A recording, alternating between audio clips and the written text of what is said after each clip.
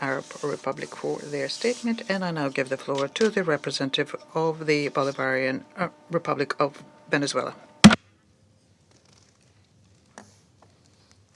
Muchas gracias. Thank you very much, President. The Bolivarian Republic of Venezuela has the honor to take the floor on behalf of the group of friends in defense of the Charter of the United Nations. As this is the first time that we've taken the floor this month, we'd like to take this opportunity to convey our best wishes to the Russian delegation as it assumes the presidency of the Security Council for this month. And we'd also like to convey our respects to His Excellency Mr. Sergey Lavrov, Foreign Minister of the Russian Federation. Similarly, we express our gratitude for the timely convening of this open debate to address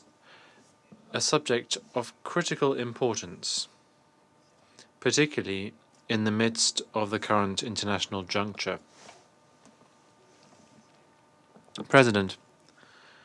today we live in a world that is currently marked not just by multifaceted global crisis, but also by polarization and geopolitical tensions which continue to be deepened by an ever-increasing resort, among others, to zero-sum mentalities, bloc logics, and unilateral policies, including of a provocative nature that in no way contributes to addressing, through international cooperation and solidarity, and on the basis of the cardinal principles set forth in the United Nations Charter, the common challenges and emerging threats that lie ahead of us. We ought to be clear. Today, multilateralism, and more specifically the United Nations, and all that it represents, is being put to the test. It is up to us to avoid this organization being condemned to the same fate of its predecessor, and rather to ensure that the great power of both multilateralism, diplomacy, and the UN be unleashed and fully realized once and for all, particularly if we all agree that these are the main instruments to both address and find solutions to, through inclusive and collective action, to those outstanding issues that continue to prevent us from establishing a peaceful and prosperous world. The protracted tragedy in Palestine and the ongoing carnage in the Gaza Strip is, for instance, a case in point that continues to test the effectiveness of the United Nations, which for long has been in debt to with the Palestinian people, which has endured for over 7 decades the criminal policies and practices of an occupying power that has been emboldened inter alia by the inaction of this Security Council.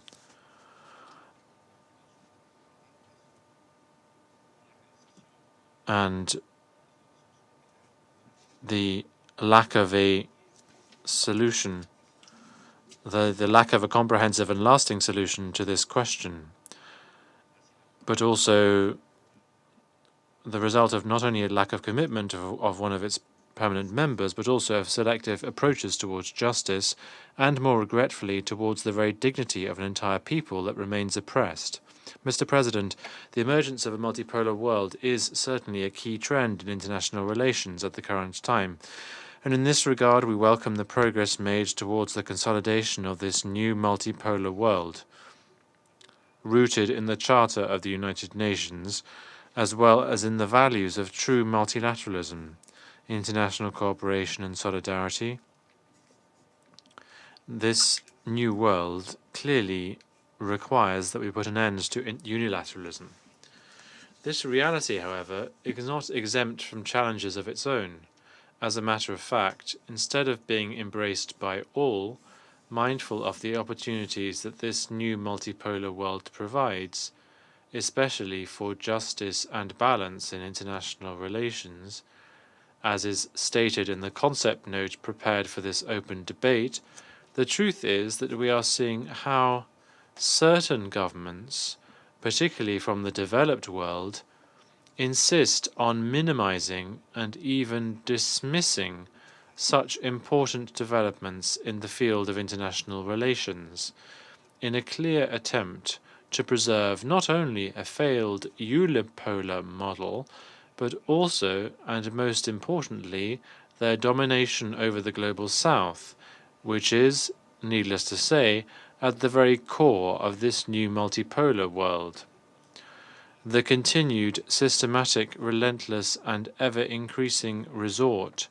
to the promulgation and illegal use of unilateral coercive measures, for instance, is a clear example of such attempts that only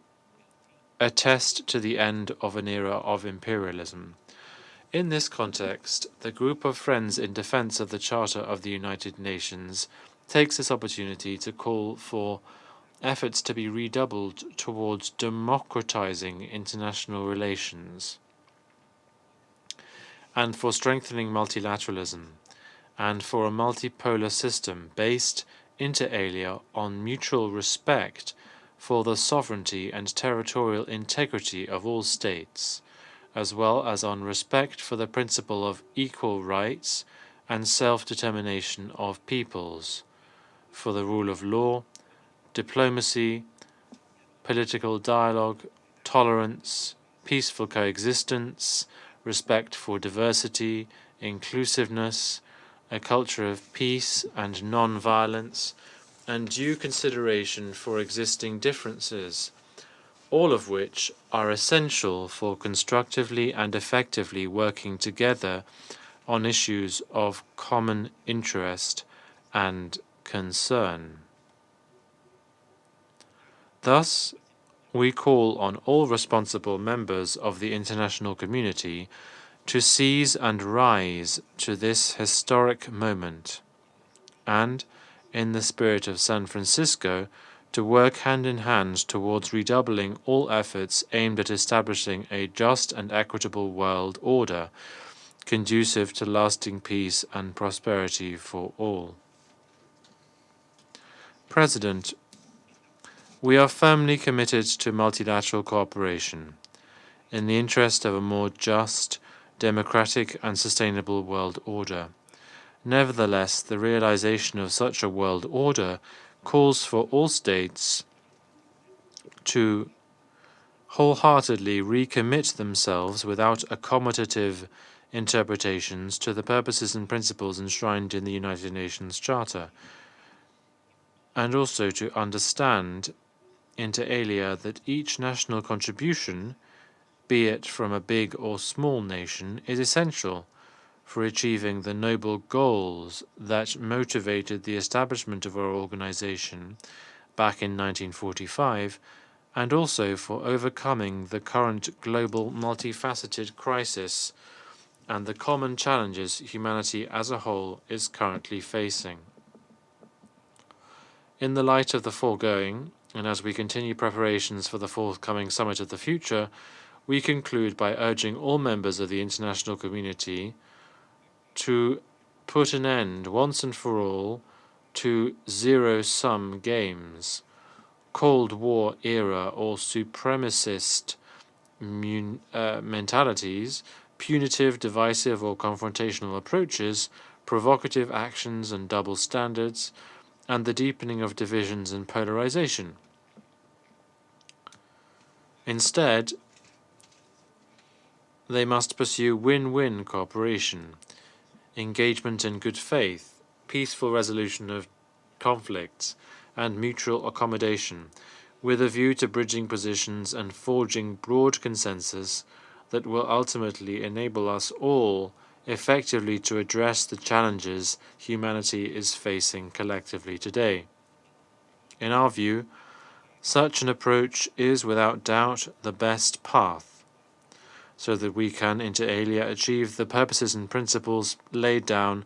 in the founding charter of the organization, to uphold international law, and to realize the aspirations of peace, prosperity, freedom, and justice of we, the peoples of the United Nations. Therefore, our common role, at this critical time for humanity, should be no other but to spare no effort in establishing the conditions that will enable us to re-establish an atmosphere of trust and dialogue among all nations, including within these very chambers of the United Nations, in the interest of both in order to bring about peace and stability, and in the interest of both present and future generations. Thank you very much, President. Я благодарю. I thank the representative of the Bolivarian Republic